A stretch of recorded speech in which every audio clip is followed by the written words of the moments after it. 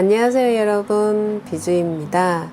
며칠 전 스토리에 보여드렸던 냉장고 리폼, 오늘은 바로 그 영상인데요. 저희 집 냉장고는 LG 얼음정수기 냉장고예요. 지금 6년째 사용을 하고 있는데 얼음도 지금까지 잘 나오고 있고 물맛도 괜찮아서 잘 사용하고 있습니다. 그런데 그냥 보면 괜찮은데 가까이에서 보면 세월의 흔적을 느낄 수가 있어요. 코팅이 벗겨진 느낌이랄까요? 언제부터인가 이렇게 하나둘씩 생기더라고요. 리폼을 하려고 예전부터 마음을 먹었었는데 이게 잘못하면 안 하는 것보다 못할 수 있잖아요. 그래서 고민을 많이 했었어요. 그리고는 실행하기로 결심을 하고 색상을 골랐는데 어찌 하다 보니 삼성 제품과 비슷하게 되었어요. 일단 기본적으로 원래 가지고 있던 색상으로는 하고 싶지 않았었고요. 계속 봐왔기 때문에 이왕 하는 거 다른 변화를 주려고 했어요. 조금 어둡지만 고급스럽게 갈까? 라고도 생각을 했었는데 신랑이 밝은 색으로 하자고 하는 거예요. 그래서 이번에는 밝은 색으로 한번 맞춰봤습니다.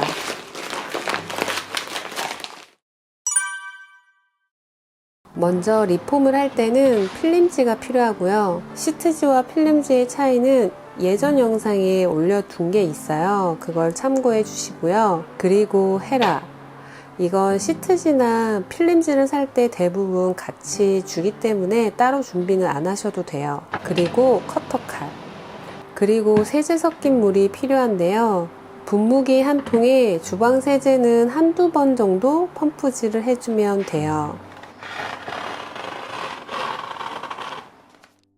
작업 1단계, 표면을 깨끗하게 해줍니다.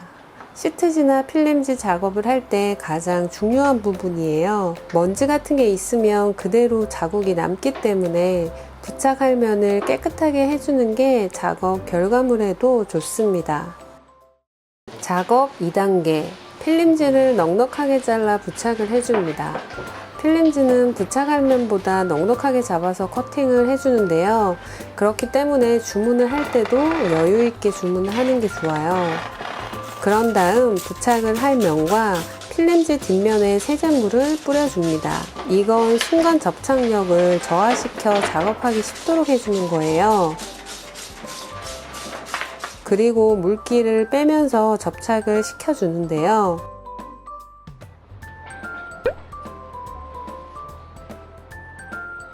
위치를 잡았다면 가운데 부분부터 물기를 빼주면서 접착을 시켜주고 양쪽을 밀어가면서 부착을 해주세요. 양쪽으로 밀 때도 가운데부터 밀고 위아래로 밀어주는 게 좋아요.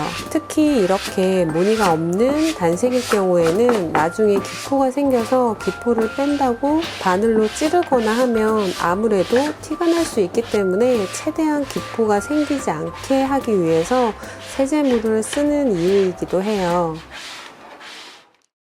작업 3단계, 마무리는 초집중을 하여 실수 없이 해줍니다. 가장 어렵다고 생각하는 부분이 마무리 작업인데요. 싱크대 같이 완전 민자형인 경우에는 끝부분을 잘 마무리하면 되는데 냉장고 같은 경우에는 버튼도 있고요. 그리고 로고도 있고 저희 집 냉장고는 정수기 부분도 있어서 가운데를 파내야 하잖아요.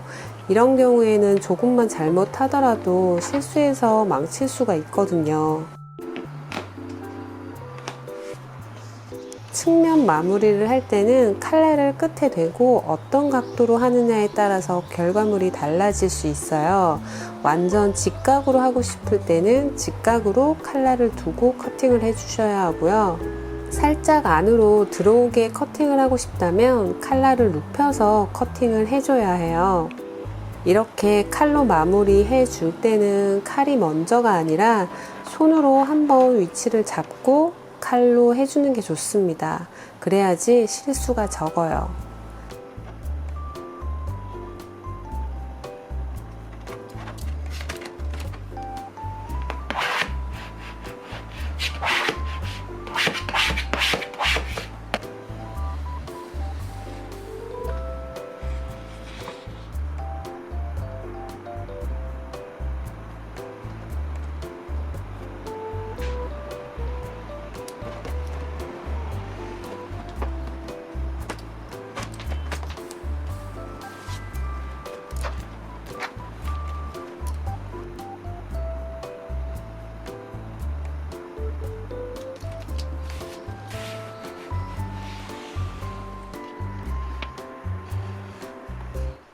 전체적으로 다 부착을 하고 난 뒤에 최대한 가운데 부분을 잘라서 위치를 잡아주고 난 다음 살살 넓혀가야 해요. 그렇기 때문에 칼날이 안 들면 이게 울퉁불퉁해질 수 있거든요. 특히 이렇게 조그만 공간을 자를 때는 진짜 초집중을 해야 해요.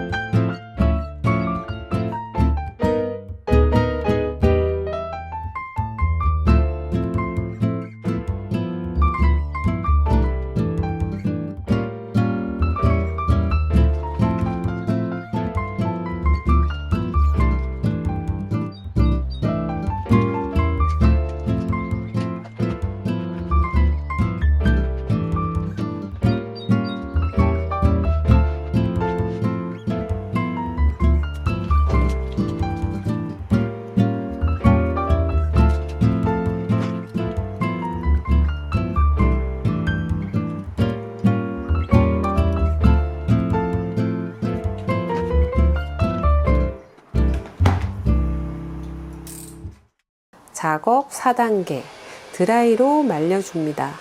커팅이 다 끝나면 모서리 부분 그리고 끝부분 같은 경우에는 드라이 바람으로 말려주세요. 부착을 좀 더 빨리 할 수 있고요. 그리고 굴곡이 있는 부분은 더 밀착이 되게 할 수 있는 방법이에요.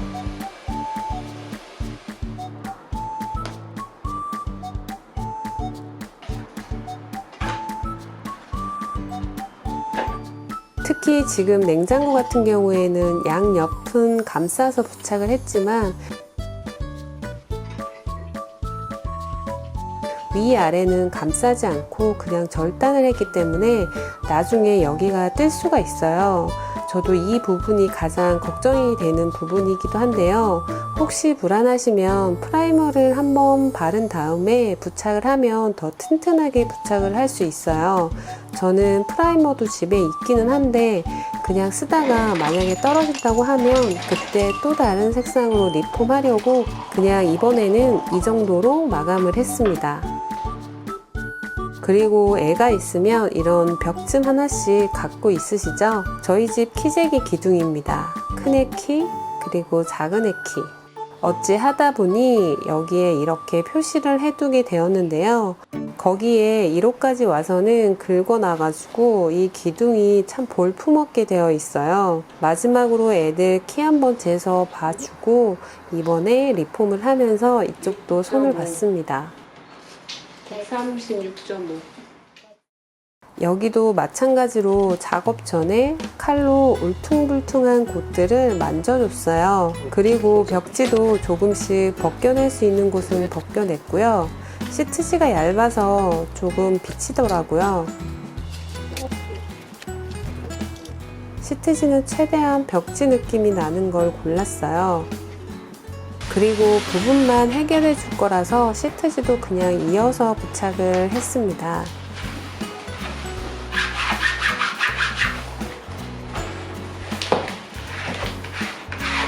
이어서 할 때는 시트지 선을 맞추지 말고 서로 겹치게 잘라서 위아래 시트지를 제거를 하고 난 다음에 부착을 하면 깔끔하게 부착할 수 있어요.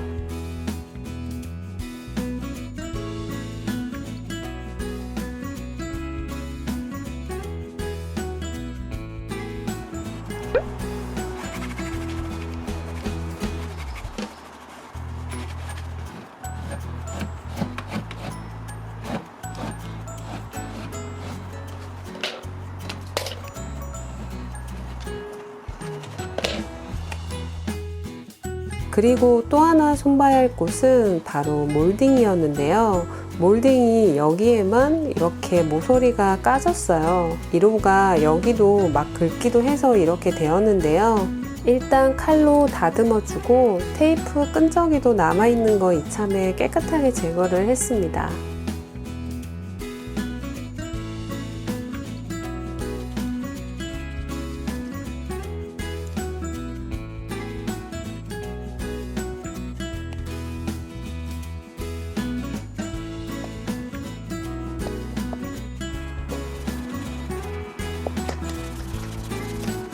좀 더 깔끔하게 하고 싶어서 사포질까지 했다가 엉망이 되었어요. 그래서 칼로 다시 만져주고 여기에는 페인트 칠로 마감을 해줬어요. 전체적으로 만지려면 진짜 대공사라서 오늘은 그냥 여기까지만 살짝 수정을 해줬어요. 사실 아랫부분이라 티도 잘 안 나기도 하고요. 어때요? 살짝 손봤는데도 이렇게 깔끔해졌죠? 근데 계속 미루다가 이제서야 했네요.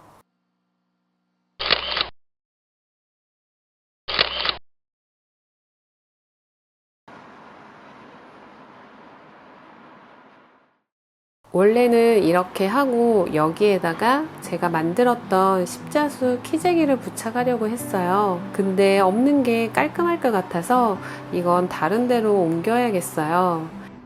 첫째 임신했을 때 태교로 했던 십자수거든요. 다른 건 다 버리기도 하고 판매도 했어요. 근데 이건 지금 봐도 너무 예쁜 거예요. 키재기는 액자가 망가져서 그냥 방치가 되어 있었고요. 벽시계는 무브먼트가 망가져서 처박혀 있었는데 이번에 사서 교체를 해줬습니다. 시계바늘도 좀 더 심플한 아이로 교체를 해줬고요. 어디에 둘지는 좀 더 고민을 해봐야겠어요.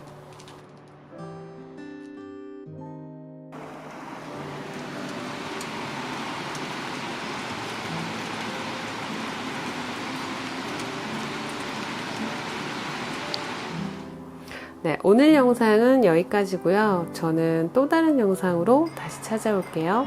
그럼 행복한 주말 보내세요. 안녕.